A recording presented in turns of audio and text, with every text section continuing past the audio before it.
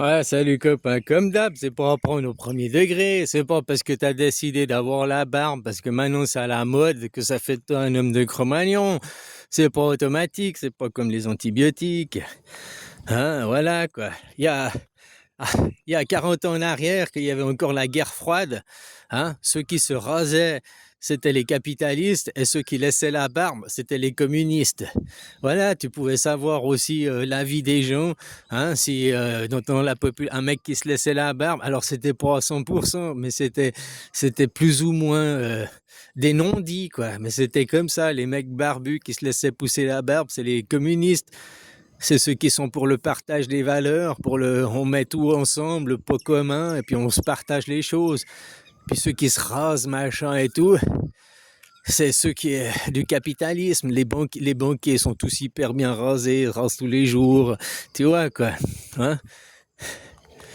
C'est, après, c'est une métaphore. Ben, eux, ceux qui se rasent, ils ont découvert le silex, ils ont découvert l'outil, ils ont découvert l'homme, et l'ego de l'homme, le moi-je, puis les autres, ils restent dans la conscience.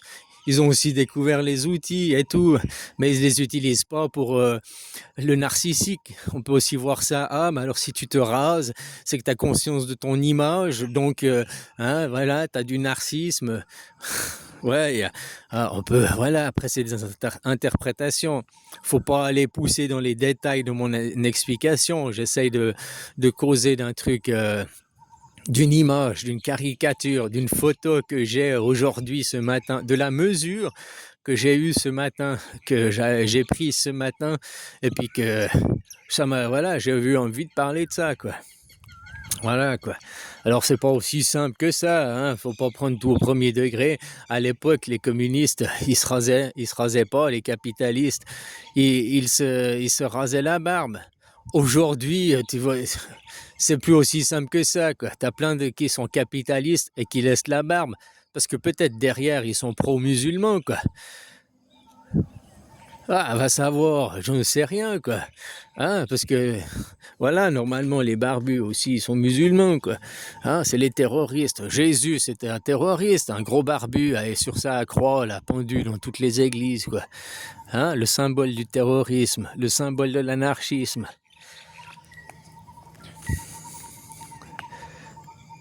Ah, bah, Jésus, c'est le symbole qu'il s'est pas laissé marcher dessus, quoi. Hein? Voilà, vaut mieux être un paria. Jésus, t'aurais été au temps de Jésus, Jésus t'aurait montré du doigt, tu l'aurais traité de paria, de déchet, de tout ce que tu veux, quoi. Hein? Voilà comment ils sont les gens. Hein? Puis maintenant, oh, Jésus, reviens nous sauver, quoi.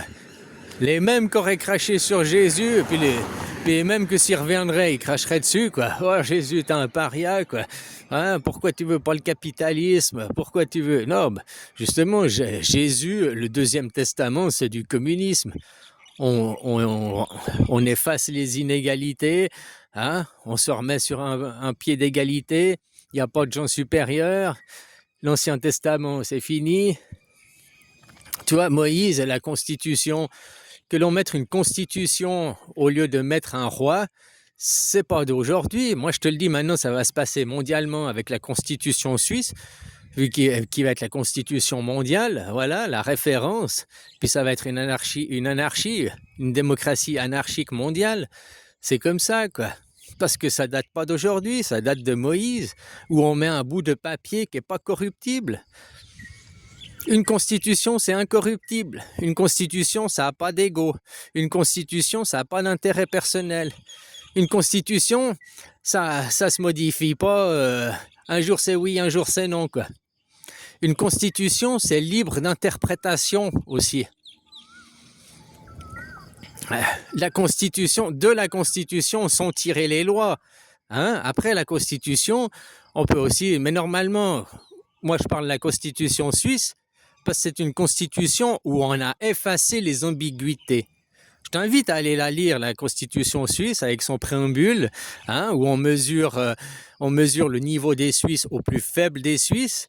Hein, on ne regarde pas les plus riches et on dit bah tout va bien. Non, on regarde les SDF, on regarde les plus pauvres. Puis on se dit mais pourquoi ils en sont là et comment on fait pour les sortir de là, pour plus qu'il y ait des gens SDF pauvres. Tandis que vous leur passez à côté, vous les regardez, rien à foutre, c'est de ta faute, t'as qu'à travailler, c'est de ta faute. Au lieu de te demander comment je peux l'aider, comment je peux faire, je te dis pas prends-le chez toi et tout, puis après il va te cambrioler. Non, c'est pas ça.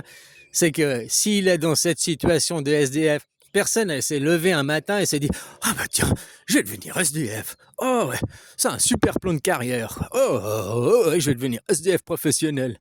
Il n'y a personne qui se lève le matin, ou bien son rêve, c'était ça. C'est une suite d'événements, une suite d'enchaînements qui font que tu arrives à ce stade-là. Hein? Souvent aussi, tu as aussi la pression des autres. C'est ça, on n'est pas tous. Il n'y a pas tout le monde qui a des égos surpuissants et forts. Hein? Il y en a qui sont assez faibles, il y en a qui leur dit bouh, et puis oh d'accord. Puis maintenant on va leur dire bah, ah ouh, d'accord. Ils veulent pas la dispute, ils veulent pas se confondre. Ils n'ont pas un ego assez gros pour se protéger. C'est bien d'avoir un ego bien gonflé pour te protéger, qui te sert à te protéger, que pas tout le monde vient t'influencer, que pas tout le monde vient changer ta psyché, hein, qu'on peut pas jouer avec toi. Mais après d'avoir trop d'ego puis pouvoir dominer, écraser les autres, voilà, faut trouver le juste milieu. Tu as besoin d'avoir un ego, un moi-je pour te protéger. Voilà. Tout ce que tu as à te protéger, c'est à portée de main, hein, on va dire. Si tu vois quelqu'un qui est un voyou, un méchant, mais il est à l'autre bout du champ là-bas, bah, tu peux juste le constater, mais il n'est pas à ta portée, tu vois ce que je veux dire? Donc tu devrais t'en foutre. Ouais, tu le surveilles. S'il est en train de venir, bah, prends des précautions. Mais s'il part de l'autre côté, voilà, le danger s'éloigne. C'est la même chose que vous devriez faire avec la guerre en Iran. Au lieu d'importer la guerre, d'importer les peurs et d'importer après les conflits, parce que maintenant il y a les pro-musulmans, les pros, les anti, les machins, et puis il y a des bastons, il y a des risques qui se font à l'intérieur de ton pays. Vous importez la guerre, vous importez la violence. Voilà quoi. Au lieu de dire c'est pas chez nous, qu'est-ce qu'on peut faire pour éviter ce problème? Voilà. Au lieu d'importer le problème, quoi. Trouver les solutions.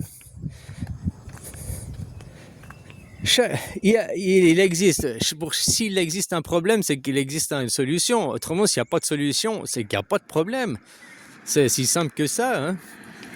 Voilà, quoi.